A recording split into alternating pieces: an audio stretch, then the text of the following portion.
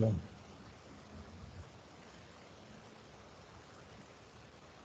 Muy bien, entonces vamos a ver hoy neumonía por neumocitis carín. Que empiecen a preparar la proyección y entre lo que la preparan, a ver qué dice Carlos acá.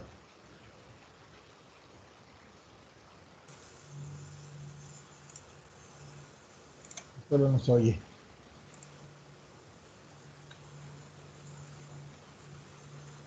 A ver, todavía no la inicie. Vamos a ver qué recuerdan de la clase pasada.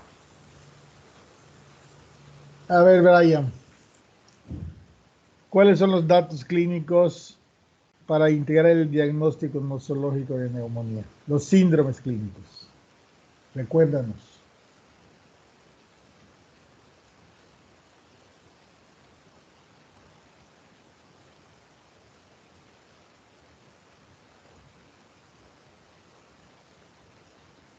Brian. Me comenta, doctor, que lo sacó la aplicación. Bueno, entonces, Claudia.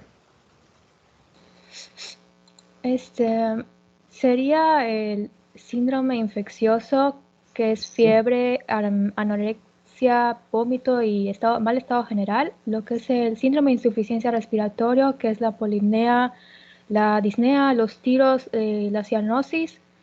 Y también se puede presentar tos, pero depende del momento, porque creo que al inicio es seca y luego se torna húmeda. Ajá, sí, está bien. Tos. Póngale tos nada. Sí. ¿Qué más? Falta algo.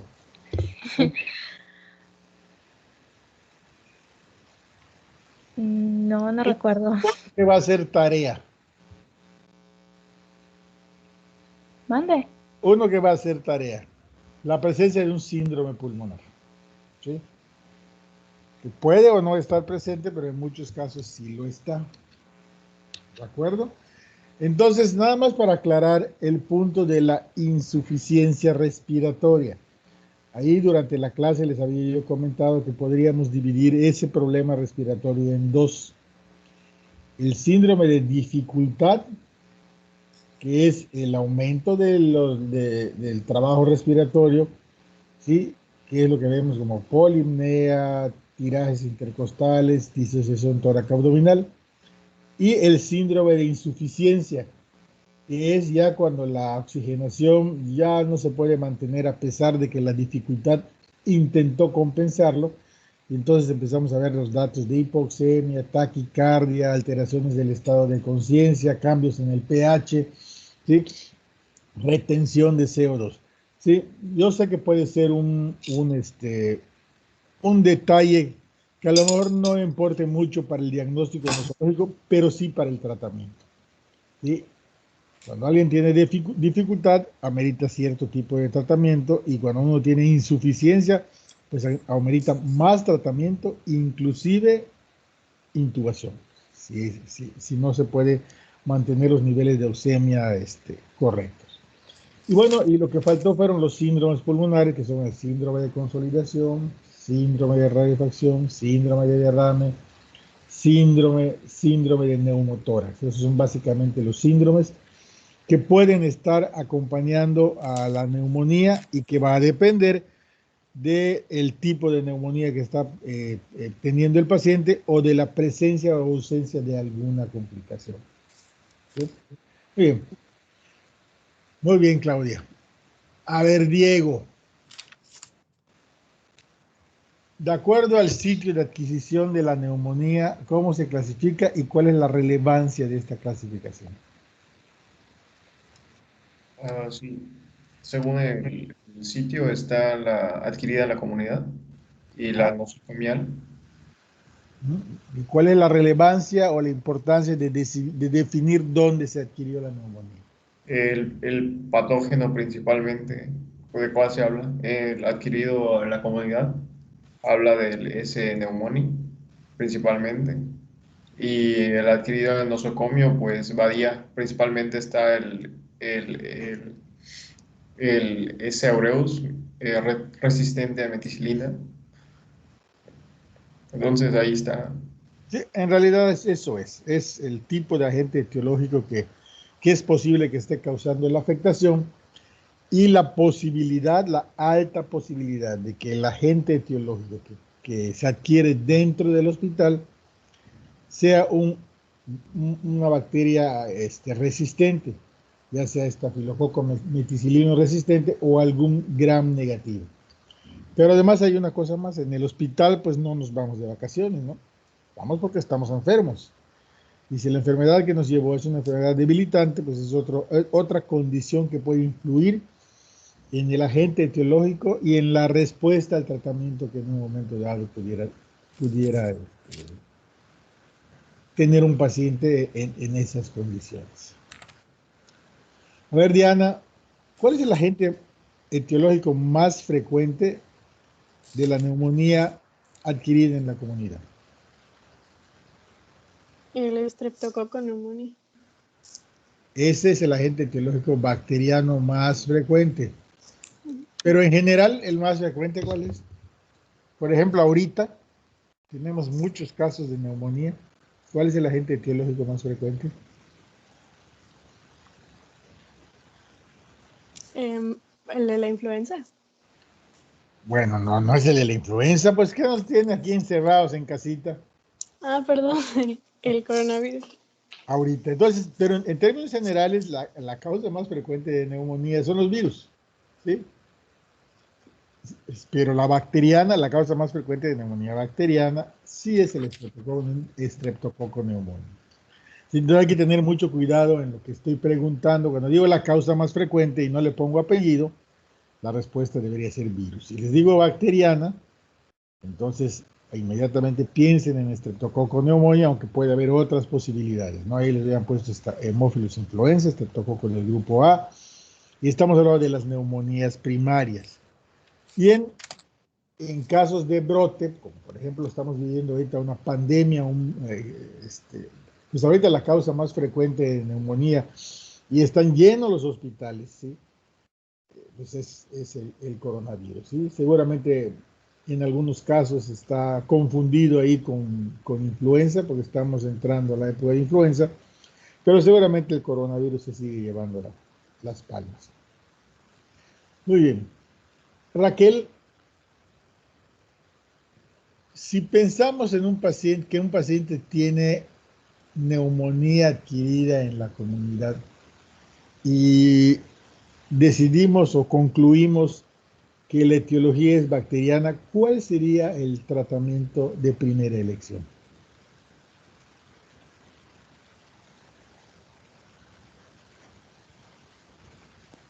Sería amoxicilina y si no, penicilinas. Y Exacto. tratar la fiebre. Ya, con eso es suficiente, esa respuesta es la correcta. ¿Sí?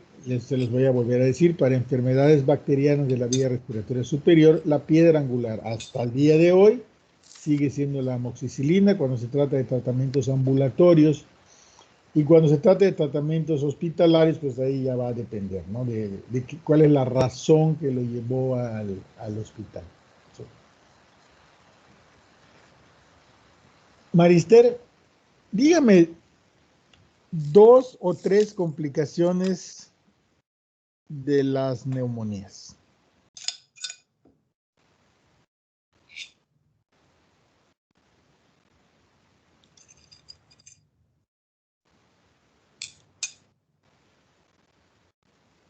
Marister. Perdón, doctor, es que no me está fallando el panel de control. Pues las complicaciones podrían ser locales y sistémicas, ¿no? Así es, dígame entonces una local. A ver, Las locales podrían ser absceso local. exactamente, absceso pulmonar. Ajá, perdón, sí, pulmonar.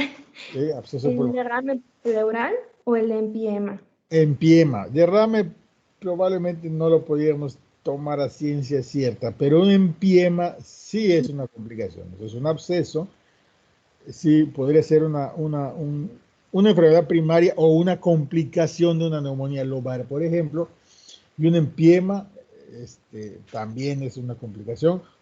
Y eso es lo que llamamos neumonías complicadas, ¿sí? Cuando un paciente tiene algo más que la neumonía, como derrame, empiema, neumotórax, entonces estamos hablando de una neumonía complicada que no debe ser manejada de manera ambulatoria, que debe ir al hospital, porque es posible que se requieran otro tipo de procedimientos que ya no se pueden efectuar de manera ambulatoria, pero porque además el riesgo, la vida del paciente se pone en riesgo o existe una alta probabilidad de fracaso al tratamiento.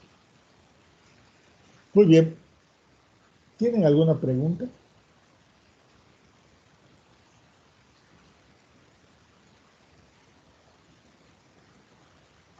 No, doctor. Yo nada más tengo... Sí, a ver, ¿alguien por ahí? Sí, ¿Alguien? soy Cielo. Voy a hacer. A ver, María del Cielo, diga. Doctor, tengo una pregunta. La última clase no me quedó muy claro cuál sería realmente en la prueba de oro acá, o digo, la principal prueba en la neumonía, porque había dicho que era muy complicado en sí, pues. Para el diagnóstico Ajá. microbiológico, hay que aclararlo. El diagnóstico nosológico de neumonía era relativamente fácil, ¿sí? Nosológico, ¿sí? Es decir, neumonía. Relativamente fácil, inclusive en la gran mayoría de los casos, ni siquiera necesitábamos una placa, sobre todo si las neumonías eran adquiridas en la comunidad. Sí, habíamos dicho o nos habían dicho, ¿quién nos presentó la clase? Me recuerdo. ¿Quién fue? Desde que yo hablo mi lista, bueno, abrir. ¿Quién fue el de la clase? Fui yo, Diana. Diana. A ver, Diana, recuérdenos, había una triada, una tétrada más bien, que si la encontrábamos, con eso era suficiente para decir que el paciente tenga neumonía, aunque no tuviera todo lo demás. ¿Cuál era esa tétrada? Era tos, fiebre y ¿Fiebre? aumento de la frecuencia respiratoria. O estertores, ¿no? Estertores alveolares. Ah, qué bueno que tocamos. Entonces, con esa triada, básicamente ya estábamos confirmando el diagnóstico nosológico, o sea, tiene neumonía. Pero no le podíamos poner el apellido, ¿sí? Si veíamos zonas francas de consolidación, podríamos pensar que era bacteriana. Si veíamos una imagen en moteado difuso y bilateral, bronconeumonía, que también es habitualmente bacteriana. Si veíamos una imagen intersticial o en vidrio despulido, pensábamos en virus. Pero nada con certeza. Entonces, lo que yo les había comentado es que el diagnóstico microbiológico era muy difícil, ¿sí? Y echábamos mano de algunas cosas para hacer el diagnóstico microbiológico, tomando muestras de las secreciones respiratorias, pero que tenían que pasar por zonas contaminadas, como por ejemplo, si yo le pido un esputo al paciente, es posible que lo que yo cultive en el esputo es lo que yo tengo en la garganta o en la nariz y no necesariamente lo que tengo adentro. Peor aún, algunas cosas que tenemos en la garganta y que siempre se van para adentro y no podemos asegurar que se fueron para adentro. Entonces, un esputo de secreciones bronquiales no nos garantizaba que lo que recuperásemos estuviera ahí abajo, ¿sí? Para empezar, porque muchos somos portadores de neumococo. Un hemocultivo, ¿sí? Si lo tuviéramos positivo, hay que considerarlo como el agente que está causando la neumonía y que de ahí está partiendo para bacteriemias. ¿Cuál es el problema? Que los pacientes con neumonía no hacen bacteriemias con mucha frecuencia o es difícil las cachemos, así que la probabilidad de que el hemocultivo esté positivo tampoco es muy alta, ¿sí? Digamos que es un águila o sol. Pero si recuperamos, podremos deducir que lo que recuperamos en el hemocultivo es lo que tiene en el pulmón, pero lo estamos tomando de un sitio diferente del pulmón. Hay manera de tomar secreciones bronquiales que no pasen por la garganta y por la parte alta del tracto respiratorio. Sí la hay. ¿Cuál es esa manera? Pues a través de endoscopías. Hay una cosa que se llama endoscopía protegida. Se meten dos tubos, un secundario que funciona como una camisa que protege al tubo principal, y si se toma una muestra de secreción bronquial, pues es una muestra que tiene más confiabilidad que una muestra tomada por esputo. De tal forma que lo que recuperemos de un cultivo es la secreción bronquial tomada por una endoscopía y además con un endoscopio protegido, pues nos acercaba a la posibilidad de que lo que estemos recuperando sea lo que tiene en el pulmón. ¿Cuál es el problema? Que no tenemos endoscopios. Se necesita de un especialista en endoscopía, se necesita de un endoscopio protegido. Entonces no es algo que podamos tener tan fácilmente, ¿no? Y entonces eso lo relegamos a pacientes hospitalizados en centros que cuentan la capacidad y que cuentan con el personal, y eso pues no es muy factible encontrarlo en cualquier lugar. Y además que es un procedimiento invasivo que requiere de meterse un quirófano para anestesiar al paciente. Entonces ahí tenemos un problema. Un estudio que nos puede ser un poco más confiable para tomar una muestra de esputo, pues es difícil de hacer y se requiere de ciertos recursos, entonces no siempre está a nuestro alcance, y lo relegamos para aquellos pacientes que no respondieron al tratamiento, que tienen una forma complicada de la neumonía y que están en el hospital.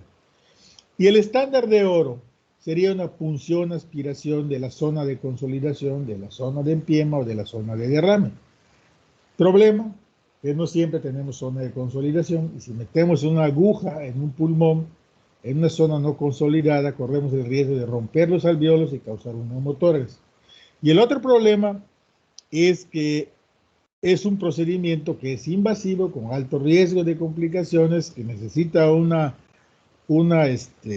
autorización especial por el paciente, porque no le vas a meter una aguja al pulmón así nada más. Y bueno, tampoco lo puedes estar haciendo en cualquier tipo de pacientes. Entonces, el estándar de oro en este caso sería una punción aspiración del pulmón, de la zona consolidada, con empiema o con absceso, pero que no lo podemos estar haciendo a cada rato, ¿no? Entonces, lo relegamos a aquellos pacientes que tienen empiema, que tienen abscesos, que tienen una neumonía complicada y en las que no ha respondido el tratamiento. A veces en los pacientes con empiema esa punción aspiración es parte del tratamiento, porque si tiene mucho líquido pulmonar, pues hay que sacarlo. Entonces ya eso facilita de alguna manera la toma de la muestra microbiológica. Pero eso no sucede en la gran mayoría de los casos, ¿no? Afortunadamente, además. Entonces tenemos varias herramientas para intentar el diagnóstico microbiológico, pero algunas tienen las limitaciones por la dificultad de tomarla, otra por los riesgos que implica hacerlas, y aún así, a pesar de que tomemos las muestras, es posible que no podamos recuperar, por ejemplo, el agente etiológico porque no creció, porque lo estropeamos, porque no le pusimos la aguja en el sitio correcto. Entonces, con mucha frecuencia, el tratamiento que seguimos en un paciente con neumonía es un tratamiento que lo seleccionamos con base a criterios clínicos y epidemiológicos, ¿no? Con base a nuestro conocimiento. Y cuando tenemos la suerte de recuperar a la gente, pues entonces afinamos nuestro tratamiento. ¿Sí quedó claro? Sí, doctor, muchas gracias. No está fácil, está complicado, ¿no? Es aquí donde el cerebro tiene que empezar a conjuntar ciertas cosas y a considerar todas las cosas que hemos venido hablando desde la edad del paciente, la epidemiología, los factores de riesgo, la variante de neumonía, si tiene sepsis o no tiene sepsis, si estamos en una época de brote o no la estamos. Son muchas cosas las que consideramos para decidir un tratamiento, ¿sí? Y si tenemos suerte y tenemos una recuperación microbiológica, pues entonces nos va mejor. ¿Cómo la estamos haciendo ahorita, por ejemplo, cuando nos llega un paciente al hospital con fiebre, inicio abrupto, fiebre elevada, datos de hipoxemia, o sea, de insuficiencia respiratoria con poca dificultad respiratoria, una imagen radiológica casi normal o con vidrio despulido o esmerilado?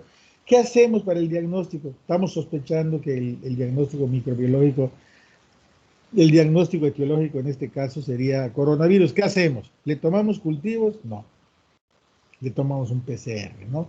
Si es influenza, le tomamos un PCR para influenza. ¿sí? Entonces, ¿qué es lo que van mandando, lo que le vamos a hacer al paciente? ¿Sí? Nuestros criterios clínicos y epidemiológicos. ¿Sí? Bien, nada más, vamos a ver, para que quede claro. ¿Qué otros estudios me pueden ayudar para hacer más fino el diagnóstico nosológico y etiológico de una neumonía? A ver, Rafael López, ¿qué otra cosa le podemos hacer a un paciente para afinar nuestro diagnóstico con neumonía? Pues es que los datos clínicos son los más importantes porque la radiografía solamente era confirmatoria y de apoyo, pero ya mencionó usted los datos, los estudios invasivos que se podían realizar, que serían los más oficiales, los más seguros para ver el patógeno etiológico que lo causa, pero no se me ocurre otro que se le pueda hacer, porque los demás se contaminan. Yo te voy a decir, una cosa es el diagnóstico microbiológico y ya los dije, ¿sí? Pero, por ejemplo, ¿serviría una biometría hemática? Sí, porque te daría datos de infección con leucocitosis, y de hecho mencionaba el libro que si por ejemplo es linfocítica puede ser más asociada a virus, y si hay neutrofilia asociada a bacterias. Así es, orientaría, Ajá. ayudaría, ¿no? Ayudaría, pero no definirías al 100%. ¿Sí? No, ese sería el cuadro clínico. ¿Sí? Mucho el cuadro clínico y la biometría hemática ayudaría a dar un pasito más adelante, pero nos serviría para otra cosa también la biometría hemática, que es muy importante en un paciente con neumonía. Si bien no ayuda, no aporta una gran ayuda para el diagnóstico etiológico, puede orientar, pero sí nos puede dar una idea de la impresión general del paciente, de la condición general, porque no es lo mismo tener un paciente con una neumonía y 14 de hemoglobina o un paciente con una neumonía y 7 de hemoglobina. ¿Sí?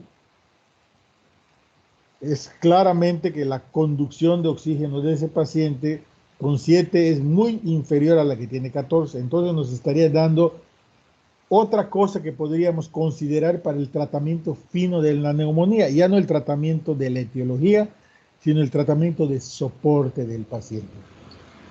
Rafael, ¿qué te parecería una gasometría arterial? Esa sí, no olvidé mencionarla, sí, esa sí es importante porque te dice los niveles de dióxido de carbono y de oxígeno. Exactamente. Aquí, en realidad, no todos los pacientes requieren una gasometría arterial, solo los pacientes que están graves o con mucha dificultad respiratoria, o pacientes como ahora, ¿no? Que ahora sabemos que el coronavirus causa una cosa que se llama la hipoxemia silenciosa.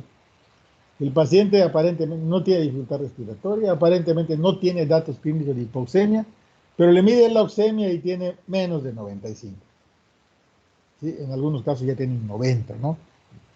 Entonces, una gasometría o una oximetría de pulso no nos ayuda al diagnóstico nosológico o nos apoya el diagnóstico nosológico, nos puede confirmar el diagnóstico de insuficiencia respiratoria y nos ayuda al tratamiento fino de la neumonía. ¿Sí?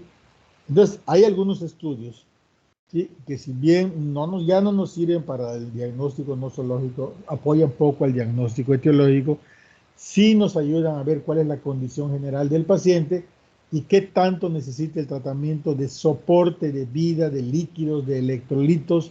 Por ejemplo, en un diabético con neumonía es obligado a hacerle una química sanguínea, ¿no? Porque se descompensan y necesitan otras cosas. Entonces, no nos quedemos clavados en la clínica, en la radiología y en la microbiología, sino siempre hay que considerar, en ver un paciente como un todo, hay que considerar las posibilidades de complicaciones y las comorbilidades para poder solicitarle otro tipo de estudios que me pueden dar un panorama general de cómo está yendo el paciente y darle un tratamiento más fino y más preciso. Muy bien, entonces, Adam, vamos a oírte, Adam, y lo que vamos a oír ahorita, pues es una neumonía con un agente etiológico específico que tiene un comportamiento clínico un poquito diferente a común de las otras neumonías, pero que no deja de ser una neumonía. Es una neumonía que afecta más bien a los huéspedes inmunocomprometidos y le gusta mucho el paciente con VIH, ¿sí? Se parece más a otras neumonías como por hongos o por virus que a una neumonía bacteriana de las habituales, pero les vuelvo a decir, no deja de ser una neumonía. Los criterios que vamos a ver son muy parecidos y hay algunos detalles del comportamiento clínico y de los factores de riesgo que nos ayudan a pensar en esto. Y luego, pues, cuando pensamos en esta etiología, pues los procedimientos diagnósticos hay que hacerlos porque aquí es posible que al paciente no le vaya muy bien si no le atinamos, si no aseguramos o si no garantizamos. Entonces, vamos a ver esta neumonía especial, como después vamos a ver otras, son la histoplasmosis y la coccidioidosis, que siguen siendo neumonías, con otras, con algunas particularidades. Muy bien, Adam, entonces adelante. Ok. ¿Pueden ver la presentación completa? Ya la vemos completita. Ok. Entonces nosotros vamos a ver ahorita lo que es la neumocistosis, que como dijo el doctor, sigue siendo una neumonía, pero se le da este nombre por el causante de este tipo de neumonía, que en este caso estamos hablando de la Pneumocystis jirovesi, que es un hongo que cuando se descubrió hace aproximadamente 120 años por Carlos Chagas y Antonio Carini, lo estaban investigando. Primero, cuando lo observaron, lo habían clasificado como perteneciente a los trypanosomas. Y cuando se estudió, se le había dado primero el nombre de Pneumocystis carini. Y no fue hasta los 80s aproximadamente cuando en Estados Unidos hubo un brote de neumocistosis, cuando se le empezó a dar importancia a este microorganismo. Y pues básicamente el descubrimiento a partir de este brote fue cuando coincidió el descubrimiento del VIH. Entonces no fue una coincidencia que así como hubo el brote del VIH, apareció este microorganismo más habitualmente. Al principio se le clasificaba simplemente como un parásito. Más adelante, ya después de este brote, ya fue cuando se clasificó como un hongo y se le dio el nombre de Pneumocystis jirovesi. Entonces, el nombre más actual, más aceptado es Pneumocystis jirovesi y el anterior era Pneumocystis carini. Bueno, es un hongo atípico ya que no se ha podido cultivar. Básicamente lo que se hace era simplemente obtener muestras de pacientes para poder observarlo, no se podía observar por cultivo.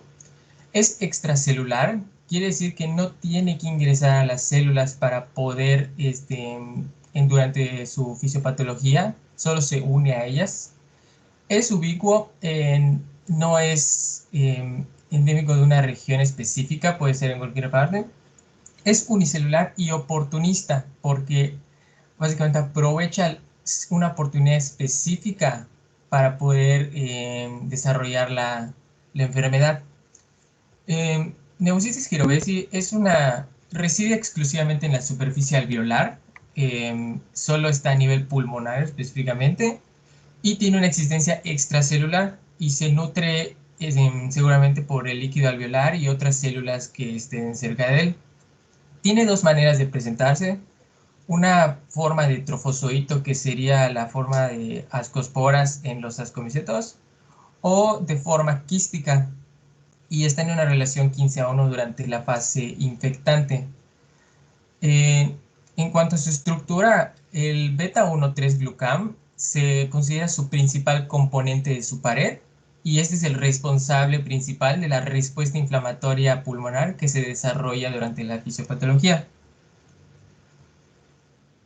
En cuanto a su epidemiología, básicamente el inicio de la epidemia del SIDA aproximadamente en los 80s modificó la prevalencia de la neumonía por Pneumocystis jirovesi hasta un total de 20 casos por 100 personas al año, sobre todo en pacientes que tenían un recuento celular de linfocitos TCD4 menor a 200 células por micrómetro.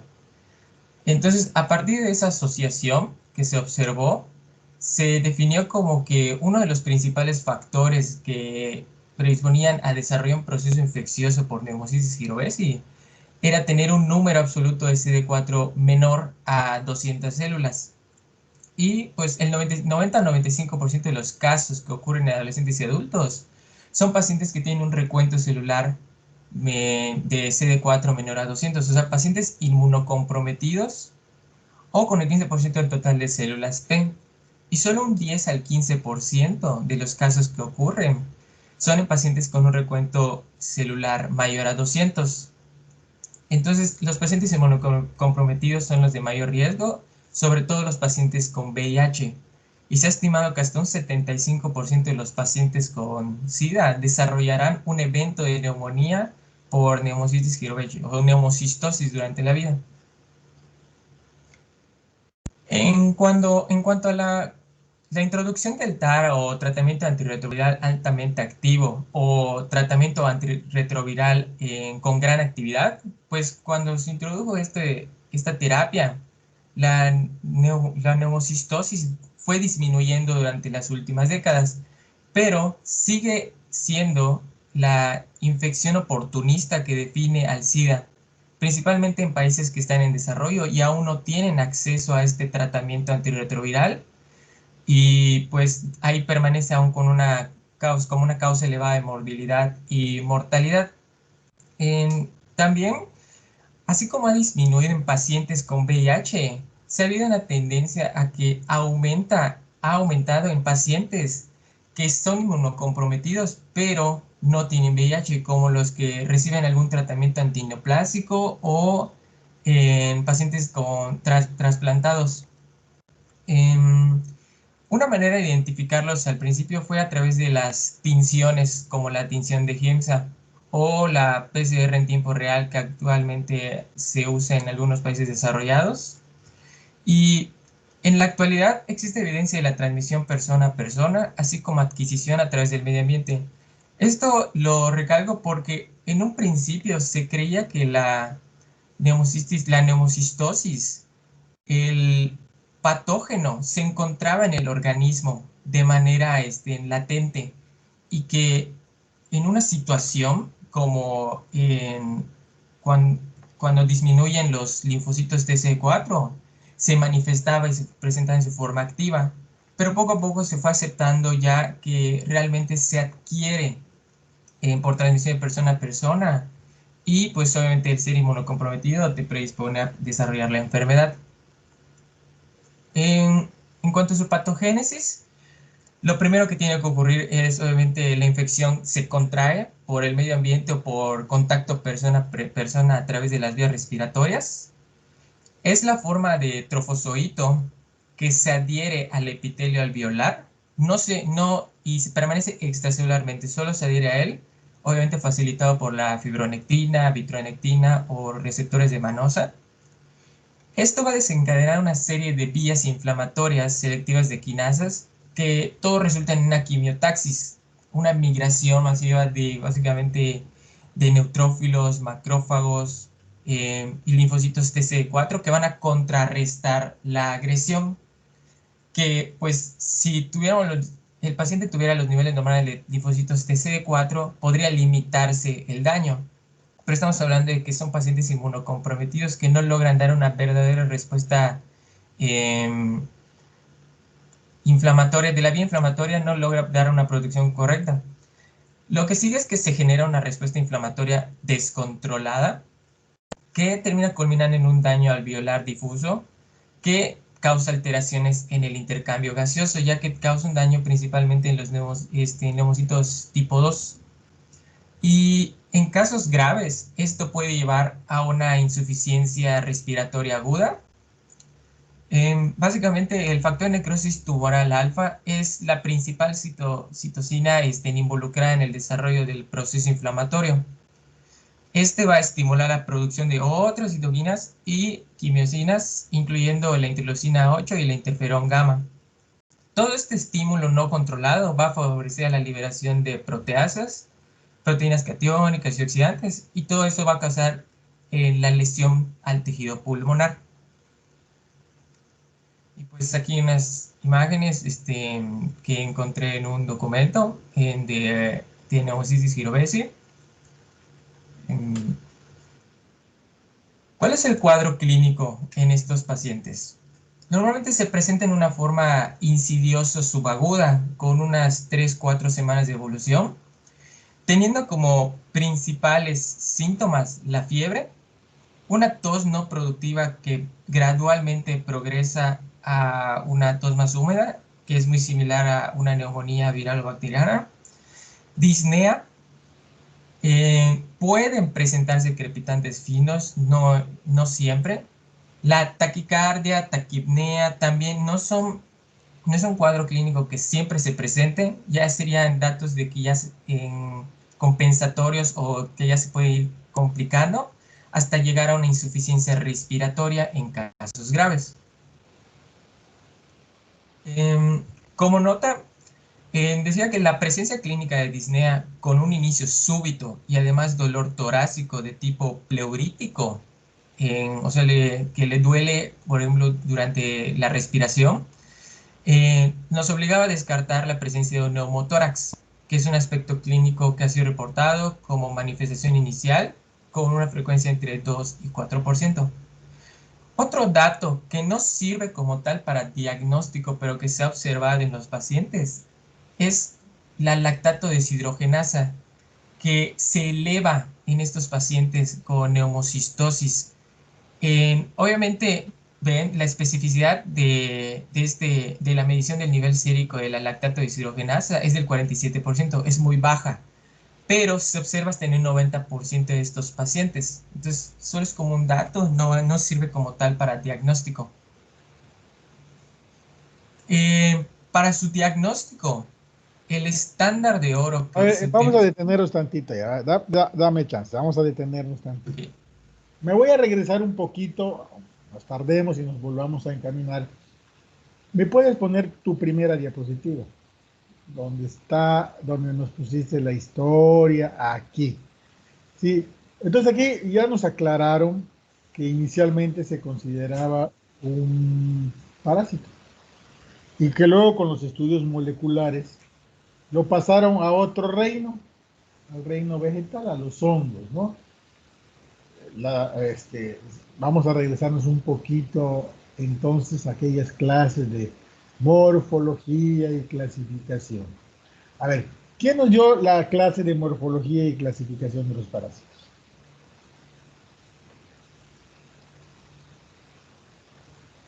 No me digan que ya no.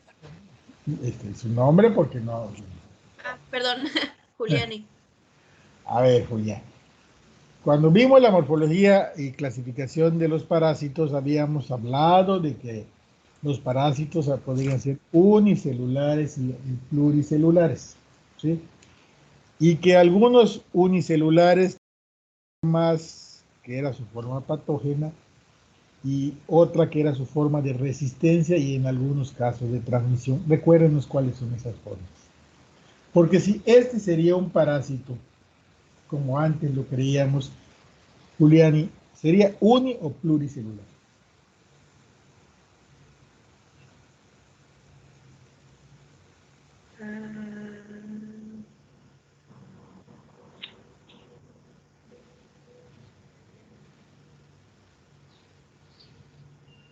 A ver, un ejemplo de un pluricelular es Ascaris lumbricoides. ¿Este sería uni o pluri? ¿Unicelular? Claro, ¿no? Unicelular. ¿Sí? Unicelular como por ejemplo, a ver, un parásito unicelular, Julián. El prototipo del que hablamos y vamos a ver su patología, causa absceso hepático. Ay, no recuerdo. Entamueve histolítica, Julián, y acuérdate que hay varios unicelulares. Y los de importancia médica teníamos 4. Entamueva histolítica, Giardia lamblia, Trichomonas vaginalis, y Balantidium coli, que es muy raro. Esos son los 4 de importancia médica del tubo digestivo. Hay otros como Plasmodio, Toxoplasma y Trypanosoma, que son de los que causan enfermedades sistémicas, ¿sí? Y habíamos dicho que, por ejemplo, Amiba tenía su forma patógena, que era la forma de... Juliani. Trofozoito. Ah, doctor. Y Ajá. la forma de resistencia, que era la forma quística. ¿Estamos?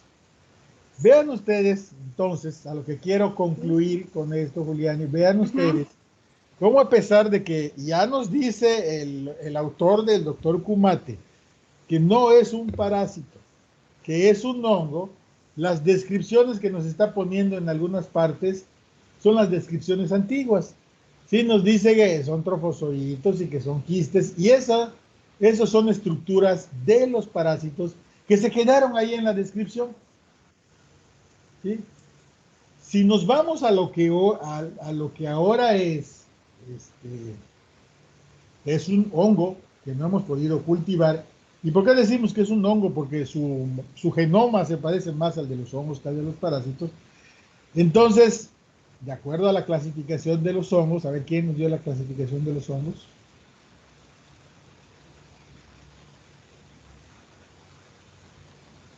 ¿Quién fue?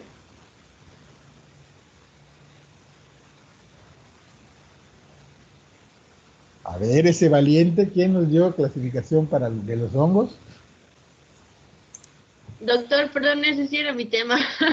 Pensé que el anterior estaba hablando de los hongos. Ya soy yo, sí, Juliani. Juliani, dale a Se Torme. clasifican en... Perdón. Sí, se clasifican en clidomicota, zigomicota, ascomicota y basidiomicota. Sí, pero esa es una clasificación muy fina, no quiero esa. Por su número de células. Esa, su importancia médica. Esa está bien, pero eso déjenselo al microbiólogo. ¿Sí? Había de muchas células, que eran los...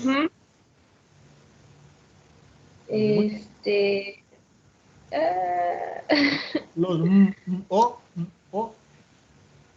los mohos y levaduras. Exactamente, esa es la que ahorita me interesa. Lo de su clasificación de acuerdo a su estructura reproductora está bien para identificarlos finalmente. Pero con base a esa clasificación gruesa de mohos y levaduras, ¿esto qué sería? ¿Qué parecería ser?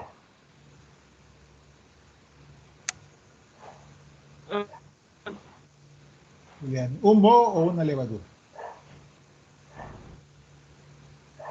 Un moho tiene muchas células. Una levadura tiene una. ¿Esto qué parecería ser? Una levadura, sí. Una levadura. Como Candida albicans, por ejemplo. ¿Sí? Y recordar que la pared de los hongos está compuesta de una forma diferente a lo de los parásitos, que tienen mananos, glucanos y un esterol que no era el colesterol. ¿Cuál era? Ergosterol. Ergosterol. Entonces aquí ya nos hablaron un poquito, Adán ya nos dijo un poquito del diagnóstico, porque si sabemos que tiene mananos y que tiene glucanos, que además lo puedo teñir como un hongo con una tinción especial, como ya nos lo puso, que es la tinción de Grocott, ¿sí? Entonces ya nos estamos hablando de un poquito de cómo le vamos a intentar hacer el diagnóstico microbiológico indirecto. ¿Sí? Entonces estamos retrocediendo un poquito para que vayan quedando claras algunas cosas de por qué estudiamos lo anterior y cómo lo estamos utilizando en este momento. A ver, pásame la que sigue, Adán. Bien. De esta diapositiva, él nos dijo que empezamos a hablar de esta enfermedad por ahí de los 80, cuando empezamos a hablar del VIH-Sida. Es posible que esta enfermedad existiera desde antes.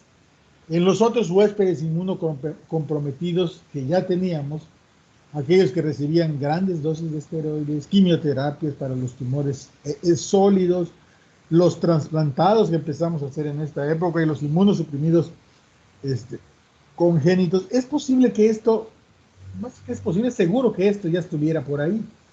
Pero como no había mucho, ni había tanto, y además no teníamos ni idea, es más, inclusive ni sabía si era un parásito o un hongo, pues es posible que ahí estuviera y no tuviéramos la capacidad de verlo.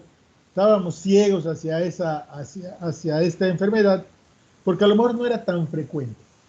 Pero empieza a aumentar la frecuencia del VIH, la aparición de más inmunodeprimidos, y empezamos a ver algo que se comporta diferente a las otras neumonías y que en ese entonces identificábamos como principal factor de riesgo la inmunodeficiencia celular que presentan estos pacientes.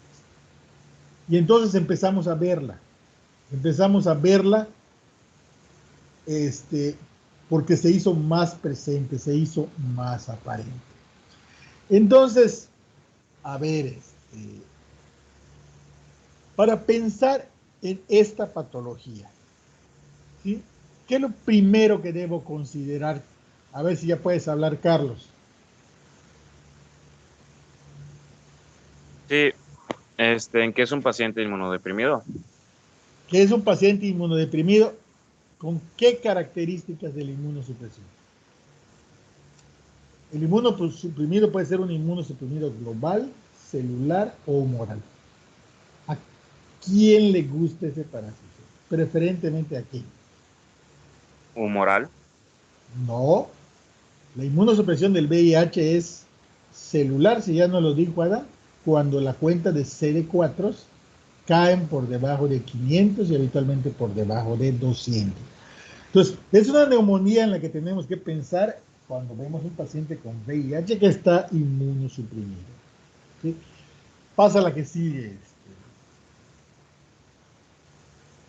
Pasa la que sigue. Bien, aquí ya no voy a tocar mucho. Pasa la que sigue, en donde nos pusiste que es, aquí está el diagnóstico. Bueno, nos vas a decir que aquí con esto se hace el diagnóstico microbiológico, no lo podemos cultivar, pues, con una muestra tomada por vía endoscópica o por un esputo, le hacemos una tinción especial, como la que vemos en medio, que es una tinción para hongo, la tinción de Grocott, ¿sí? O una tinción de inmunistoquímica, como lo que vemos del lado derecho, donde se usan anticuerpos específicos, ¿sí? Y entonces lo podemos evidenciar. Pero la pregunta pasa la siguiente. Cuando nos habló de la epidemiología, bueno, no, la epidemiología, nos dijo que es un hongo que está en muchos lados, ¿sí? Y que puede ser inclusive parte de la flora normal de nosotros mismos, o sea, que el hongo está en nosotros, ¿sí? Vive en nosotros y que nos causa enfermedad cuando nos inmunosuprimimos o cuando nos inmunosuprimimos y lo respiramos. En ese sentido, la enfermedad puede ser una enfermedad que nos contagie, pero una condición para que nos contagie es que seamos inmunosuprimidos. O sea, tengo un paciente con neumonía, por neumocitis Girovesi, y estoy en contacto estrecho, como yo los tuve con varios de ellos y con muchos de ellos, jamás me dio neumonía, porque no tenía yo una condición que no tenía el otro paciente. Aunque probablemente respiraba neumocistis de ese paciente o de los que están en el ambiente, a mí no me daba neumonía, ¿sí? Entonces aquí tenemos un problema, ¿sí? Y la pregunta es, si a un paciente que no tiene VIH le recupero neumocitis de su vía respiratoria, ¿puedo integrar el diagnóstico ya con eso, Adam, de neumocistosis? No, porque como había mencionado, podría estar como parte de la flora normal. Entonces aquí ya tenemos una dificultad, ¿verdad? Entonces, para integrar el diagnóstico necesitamos de otras cosas. ¿Quién es el paciente? ¿Sí? ¿Quién es el paciente? Es muy importante para pensar en este diagnóstico, porque clínicamente tiene sus detalles, pero se parece mucho a otras enfermedades, ¿sí? Y a ver, quiero oír a perla, perla. ¿Cuáles son los detalles clínicos que te parece que son diferentes en esta enfermedad con la enfermedad general que vimos la clase pasada? Sería la tos no productiva La tos no productiva, sí, ese es uno. y la taquicardia La taquicardia en ausencia de... de Porque hipotensión. también los otros pacientes con neumonía pueden tener taquicardia, pero esta taquicardia está en ausencia de grandes datos de dificultad respiratoria. Ah, ¿Sí? Primero es el paciente, después la tos, que es una tos seca, aunque después se puede volver húmeda, es una tos seca. Luego, taquicardia que no corresponde con el grado de insuficiencia.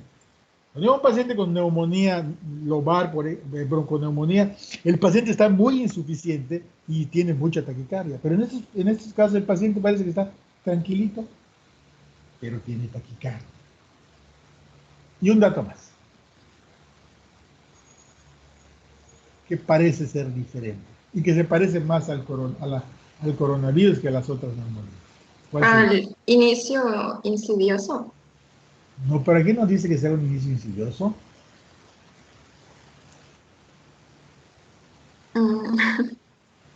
Bueno, sí, está bien. Pero eso es va para otros, ¿no? Que el paciente, a pesar de que que tiene mucha taquicardia, ¿sí? No tiene gran esfuerzo respiratorio, puede tener mucha hipoxemia, como lo vemos con coronavirus. O sea, una hipoxemia silenciosa. Entonces ya tenemos varias cosas que nos orientan hacia esta patología, no la confirman, las orientan. Primero, la más importante es quién es el paciente y qué grado de inmunidad celular tiene, cuántos CD4. Luego, cómo es el cuadro clínico y si tiene ciertas características. Y luego Adam nos dijo que si bien no es diagnóstico de la enfermedad, si tiene todo esto y además tiene una DHL muy elevada, pues estamos muy cerca ya del diagnóstico, y ya con eso estamos autorizados para darle el tratamiento, que es un poquito diferente, pero que afortunadamente ese tratamiento que le damos, si nos equivocamos, le pega a otras bacterias, ¿eh? Muy bien, Adán, adelante. Bueno, en cuanto al diagnóstico, el estándar de oro pues, se menciona que es la técnica de anticuerpos monoclonales marcados con fluoresceína, que obviamente, como dijo el doctor, para dar el diagnóstico no es simplemente con esta técnica de anticuerpos monoclonales. Tiene que haber, obviamente, a partir de la exploración o de los antecedentes del paciente, la epidemiología, darnos el diagnóstico. Y este estándar de oro es para confirmar el diagnóstico, básicamente. Otra manera de diagnosticarlo es con la broncoscopía con lavado bronquioalveolar, que proporciona el diagnóstico hasta en el 90% de los casos, pero pues es una técnica invasiva. Entonces, por eso tampoco se usa con frecuencia. Una herramienta complementaria que es más reciente, pues es a partir del análisis sérico del beta-1,3-glucam, que de hecho ya se estandarizó que valores entre 30 y 60 picogramos por mililitro podría también servir como diagnóstico para el beta-1,3-glucam, pero es una técnica más reciente. Básicamente es a partir de tinciones, que en este caso es los anticuerpos monoclonales marcados con fluoresceína para el diagnóstico, sumado al paciente que esté inmunocomprometido y el cuadro clínico. No le cambies. Regrésate tantito. Te quiero hacer algunas preguntas. A ver, nos dices, bueno, yo sé que así lo dice el libro, ¿eh? Nada más que vamos a analizar un poquito esto para que quede más puntual y mejor o más firme el conocimiento de algunas cosas. Por ejemplo, el estándar de oro es la técnica de anticuerpos monoclonales marcados con fluoresceína. Muy bien. ¿De dónde, Adam? Anticuerpos monoclonales es lo que el laboratorio aporta. Pero ¿dónde hacemos los anticuerpos monoclonales? ¿A qué parte, a qué componente, a qué líquido o a qué tejido, ¿sí?, le hacemos una tinción con anticuerpos monoclonales? Pues tiene que ser del parénquima pulmonar, porque pues propiamente no se ha podido cultivar, entonces tiene que ser una muestra directamente del paciente. Pero Adam, perdón por los guay, me salió lo yucateco, ¿sí? Pero para tener una muestra pulmonar le vamos a tener que hacer una biopsia pulmonar al paciente, y eso, pues está difícil, ¿no? Es un procedimiento con mucho riesgo, ¿sí? El paciente generalmente no tienen zonas francamente consolidadas, y bueno, si tengo la muestra pulmonar y la tengo en una autopsia, pues qué padre, ¿no? Para nosotros, pero qué malo para el paciente, ya se murió, ¿no? Entonces... Sería entonces a través de la broncoscopía. Ajá, entonces, ¿a qué componente le hacemos la tinción? La técnica de anticuerpos monoclonales es una tinción, ¿eh? Nos revela una reacción antígeno-anticuerpo, ¿sí? Y lo vemos con fluoresceína. Entonces aquí tenemos que saber de qué líquido corporal tú le harías una técnica de anticuerpos monoclonales. Al líquido alveolar. Sí, tomado a través de... pues lo puedes lavado. De un lavado bronquialveolar. De un lavado bronquialveolar. Entonces, del mismo lavado bronquialveolar también le puedo hacer una tinción de Grocott, la que nos pusiste anteriormente. ¿Sí? Y si vemos la estructura, también hacemos el diagnóstico microbiológico. Una es indirectamente a través de la reacción antígeno-anticuerpo, ¿sí?, que nos revela la presencia de antígenos del hongo, y la otra es a través de la observación de la estructura en el mismo líquido, en el líquido de pulmonar obtenido de alguna manera, ¿eh? Ya no lo dijiste. Entonces, eso debe quedar claro, ¿sí? Necesitamos el componente. Y bueno, y la broncoscopía, ¿cómo nos hace el diagnóstico?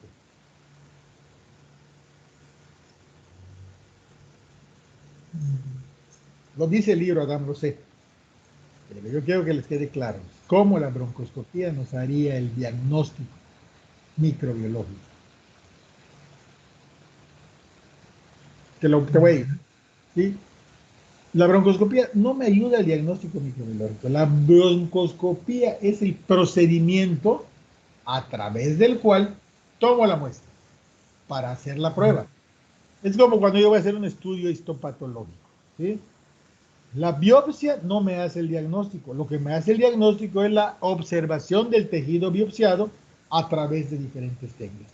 Entonces, la broncoscopía me puede decir si el bronquio está inflamado, si está obstruido, si está taponado, y me hace cierto tipo de diagnóstico nosológico, pero no el microbiológico.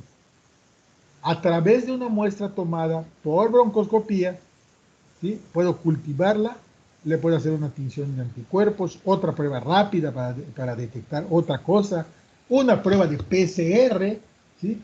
Entonces la broncoscopía no me hace el diagnóstico microbiológico, me puede hacer el diagnóstico de otras cosas.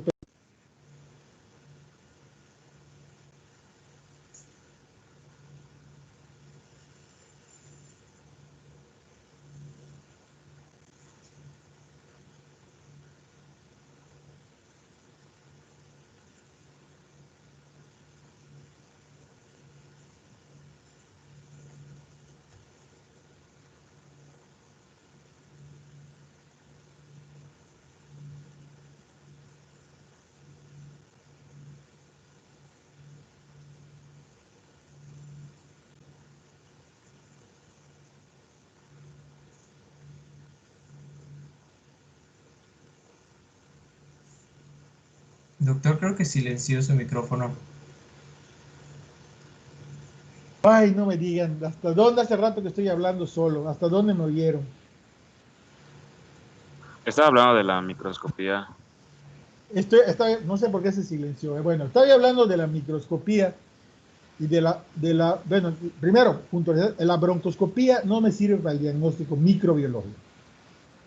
Me puede diagnosticar estenosis, estrecheces, tapones, sangrados, aberraciones, pero no la microbiología.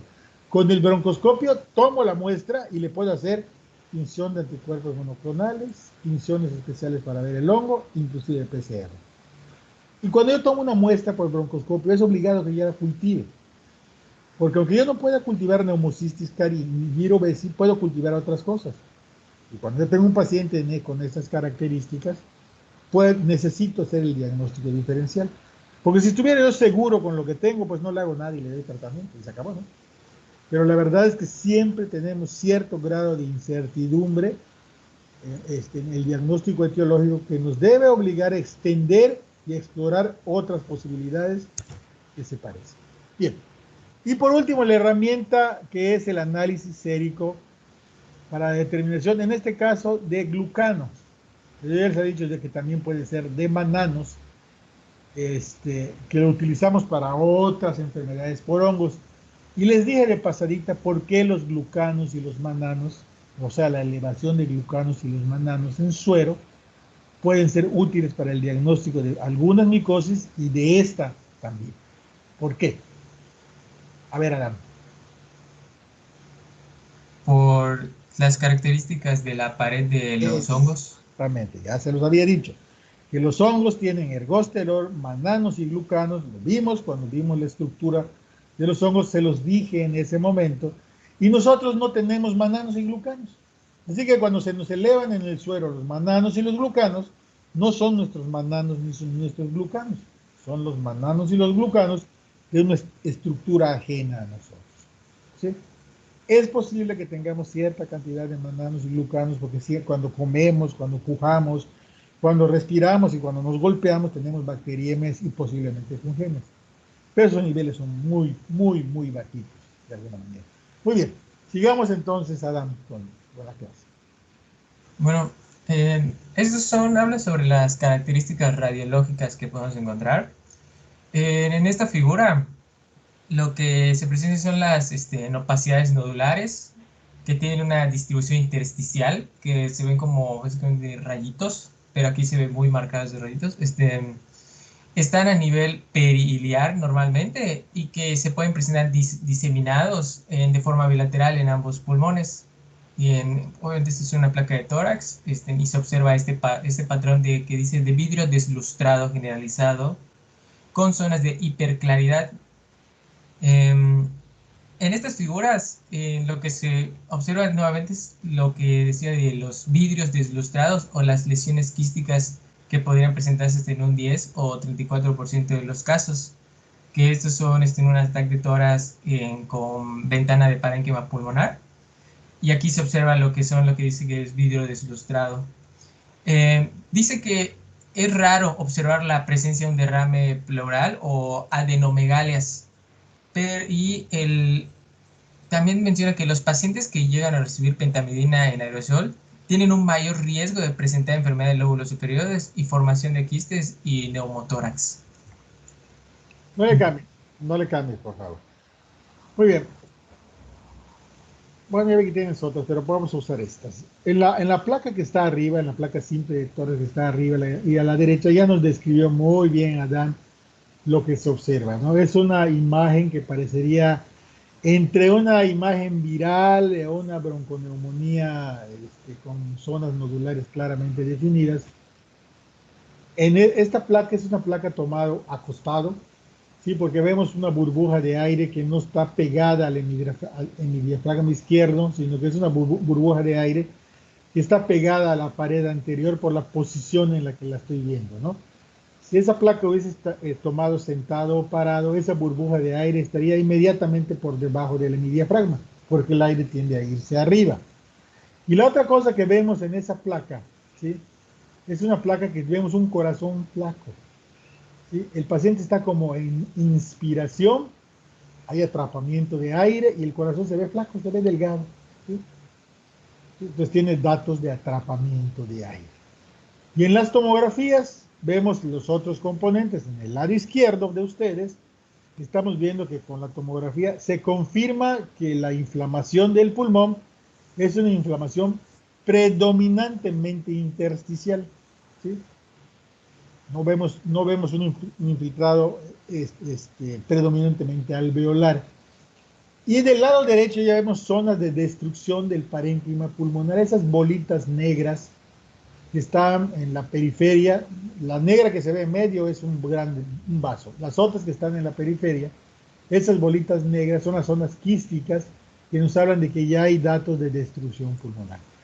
Estas imágenes no son imágenes que nos puedan asegurar o garantizar el diagnóstico de neumocistosis, pero sí que con todo el resto del contexto del paciente nos siguen aproximando al diagnóstico.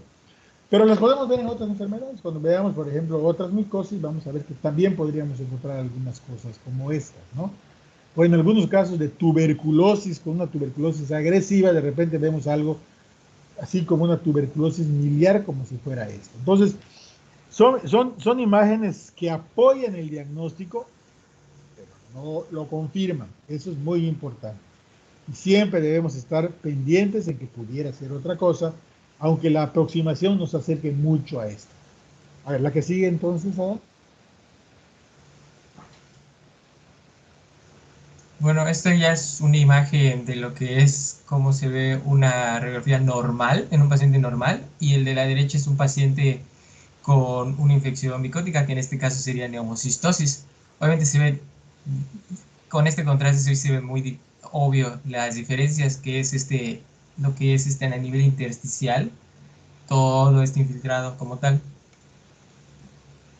Y el tratamiento.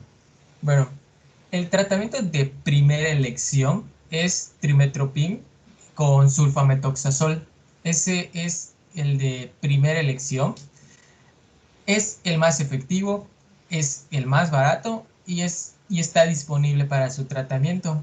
Y puedes tener una presentación tanto oral como intravenosa. El tratamiento debe durar 21 días mínimo. Y luego sigue una profilaxis secundaria, también de trimethoprim con sulfametoxazol.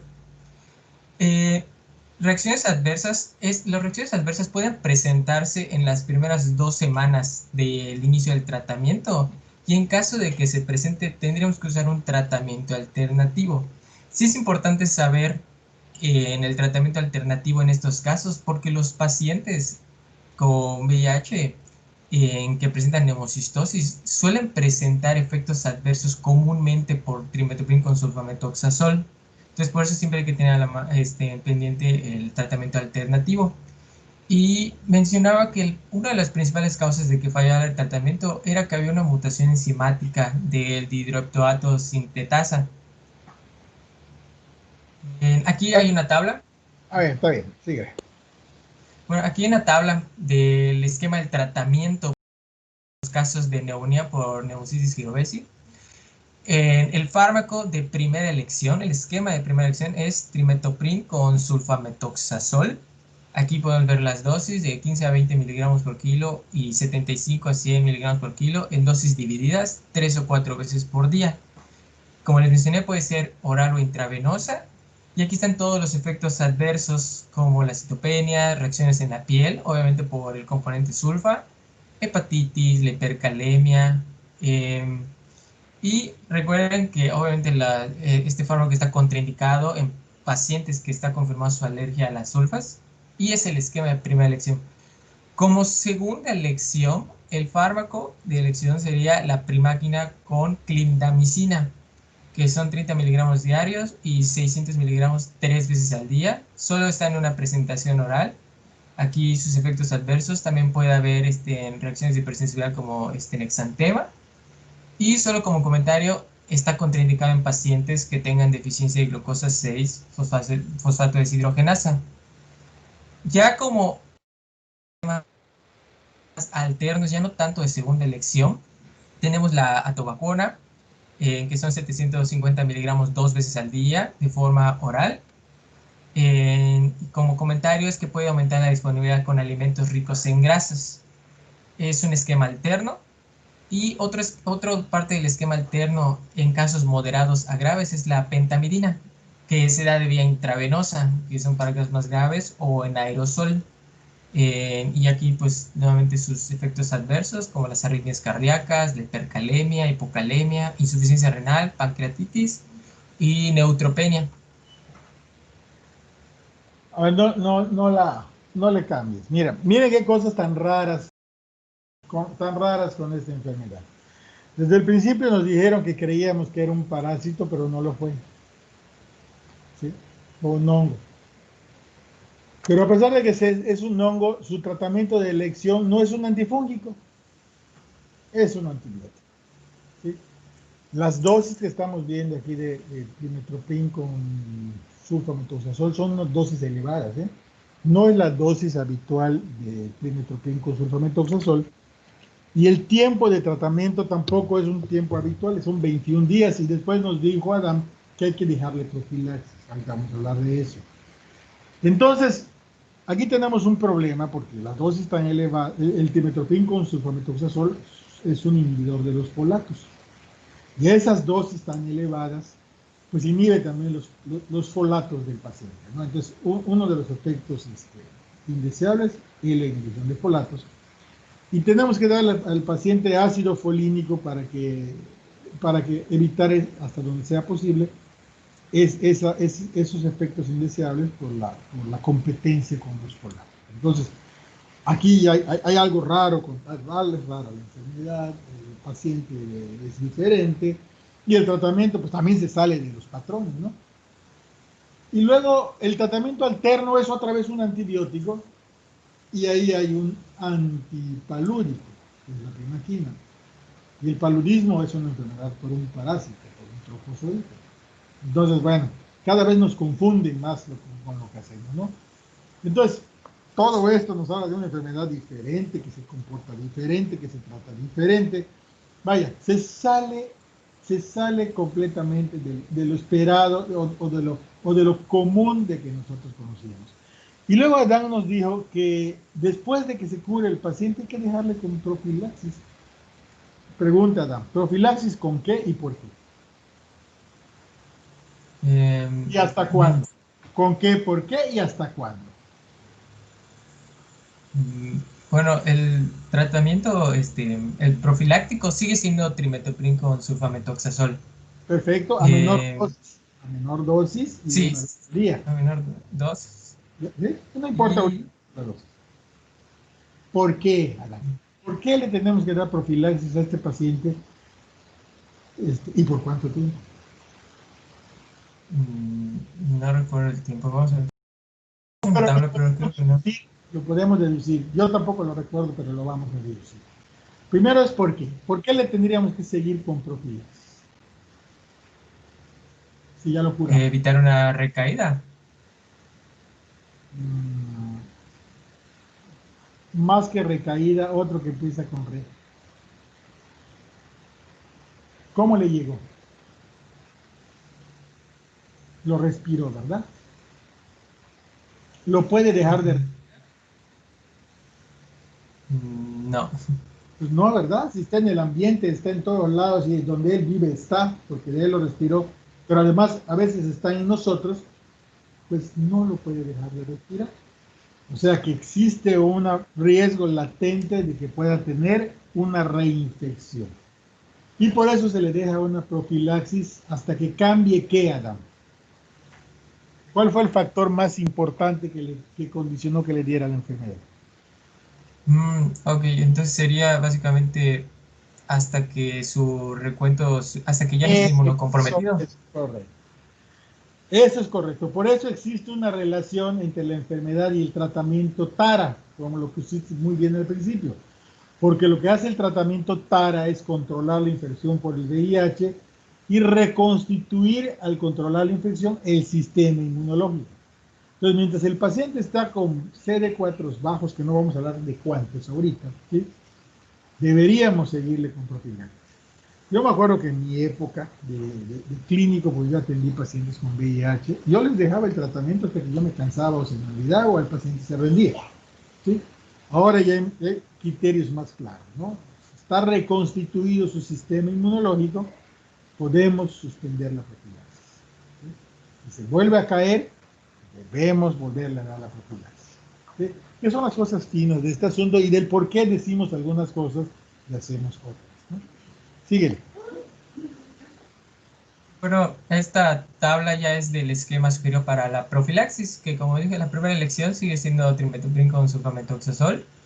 Y dice que puede ser de dos formas, en dos formas de dosis, de 80 a 160 o 400 a 800 miligramos por día, en forma oral intravenosa, o de 160 a 800 miligramos 3 veces por semana.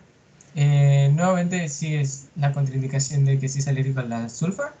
Y como esquema alterno para la profilaxis es dapsona o dapsona y pirimetamina o atovaquona y pentamidina, que son antiprotozoarios. Pero bueno, en primera elección sigue siendo trimethoprim con sulfamethoxazol, como mencionó el doctor. Básicamente se da todo el tiempo que sea necesario hasta que el paciente deje de estar inmunocomprometido, pues porque si se interrumpe el tratamiento y sigue inmunocomprometido, sigue estando a predisposición de que le pueda volver a dar esta enfermedad. Entonces, por eso primero se tiene que estabilizar al paciente para detener el tratamiento. En cuanto a la dapsona, pues nuevamente también está contraindicado en los casos que los pacientes tienen deficiencia de glucosa 6-fosfato deshidrogenasa. Puede haber una reacción cruzada con las sulfas, por lo que entiendo que no se debe combinar el tratamiento como tal. Déjame ayudarte. La dapsona es un medicamento que solo lo usamos específicamente para una enfermedad y que de alguna manera es una sulfa. La dapsona era diamino-dimetilsulfona, dapsona. Y es uno de los medicamentos que usamos para el tratamiento de lepra, ¿sí? De una micobacteria, Mycobacterium lepre, ¿no? Así que miren, de nuevo aparece allá una sulfa. ¿Sí? Las sulfas se han usado para otras cosas, pero la sulfa entra entre el grupo de los antibióticos. ¿Sí? Sigue. ¿Y cuál es el pronóstico, pues, de estos pacientes?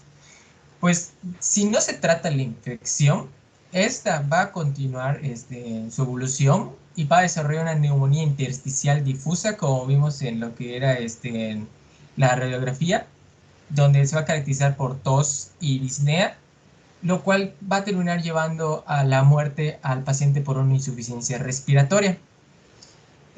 Los días más críticos del tratamiento menciona que son los primeros, ya que la destrucción de los parásitos mencionaba, pero pues, siempre el libro y los documentos siempre confundían eso, decían parásitos por un momento o hongos por otro. Seguimos confundiendo. Ya nos dijiste que... Sí, bueno, entonces menciona que entonces que los días más críticos son los primeros, ya que la destrucción del hongo agravará el proceso inflamatorio preexistente y con esto va a llevar a la hipoxia y pues todo esto en insuficiencia respiratoria. La mortalidad de estos pacientes menciona que puede reducirse si se administran corticosteroides, pues para, digamos que, limitar la respuesta inflamatoria, como es la prednisolona. ¿Cuál es la probabilidad de que estos pacientes mueran si tienen SIDA llamada neumocistosis? Es de un 30-50%, pero la probabilidad en estos pacientes inmunocomprometidos y sin tratamiento es del 100%. Si no se trata la enfermedad, el paciente se muere. De hecho, antes era muy común de que se decía de que el paciente con VIH-Sida no se muere por VIH-Sida, se moría de una enfermedad pulmonar y normalmente decían moría de una neumonía, que podría ser, por ejemplo, Y pues aquí está la historia natural de la enfermedad, donde tenemos el periodo prepatogénico, que tenemos como el agente infeccioso Pneumocystis jirovecii, el huésped, específicamente un paciente inmunodeprimido, más específicamente un paciente con VIH. El medio, pues recuerden que está restringido al árbol respiratorio.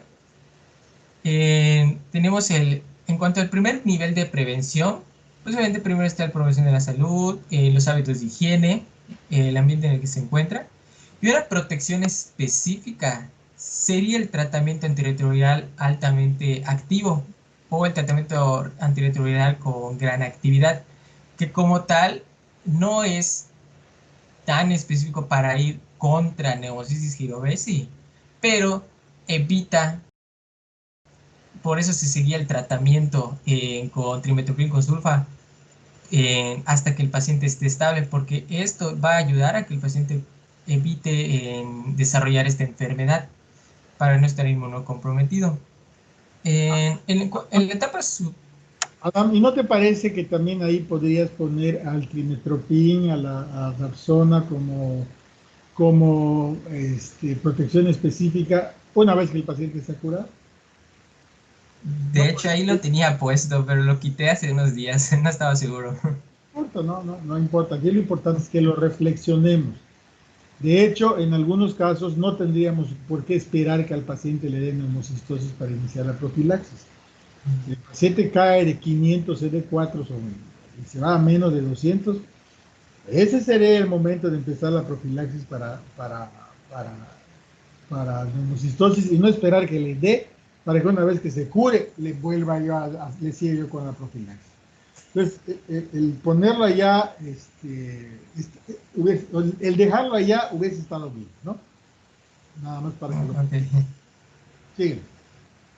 Bueno, en la etapa subclínica, pues es todo lo que les mencioné sobre la fisiopatogenia, donde primero el hongo va a ingresar al organismo a través del árbol respiratorio y se va a adherir al epitelio alveolar a través de la mitrionetina, fibronectina, y era esto lo que despertaba la respuesta inflamatoria descontrolada, que todo esto iba a llevar a un daño alveolar difuso y empezaba a causar los cambios en el intercambio gaseoso hasta la etapa clínica en la que empiezan a aparecer los signos y síntomas. Primero los que eran similares a una neumonía viral o bacteriana como la fiebre. Aparece la tos no productiva, gradualmente progresiva, la disnea. Poco a poco van apareciendo los crepitantes finos, la taquicardia, la taquipnea, que como tal pareciera que el paciente no está grave, no presenta datos de insuficiencia respiratoria, pero ya tiene taquicardia, tiene los datos clínicos. Y todo esto, si no se trata a tiempo, se lleva a una complicación, que ya sería una insuficiencia respiratoria o la neumonía intersticial difusa, que, como dije, de no tratarse la enfermedad en estos pacientes inmunocomprometidos, nos lleva a la muerte.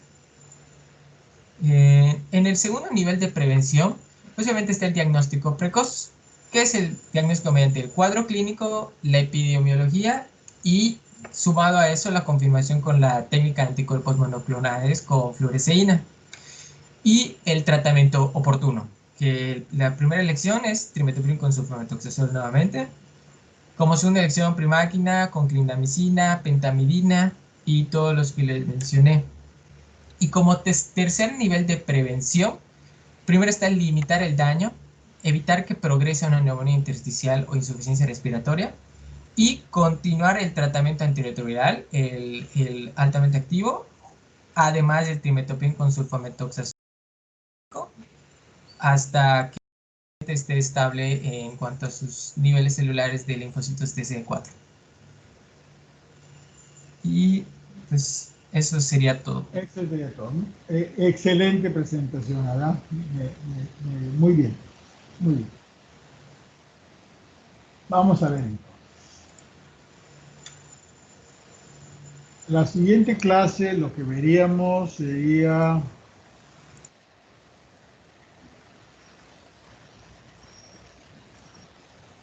tuberculosis, histoplasmosis y coccidioidosis. A ver si lo podemos ver todo. Que son del 17 al 19 en la lista. Y serían Adán, los Medinas y Juan.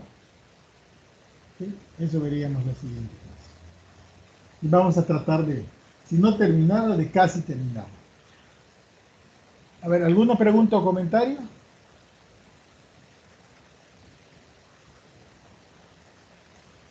No. Bien. Reforzamos la siguiente clase. Yo les pregunto empezando a ver cómo vamos. Y si hay dudas, reflexionalo y me las preguntan. Entonces tenemos aquí 10 minutos para que reposen antes de integrarse a su siguiente clase. Nos veríamos el próximo.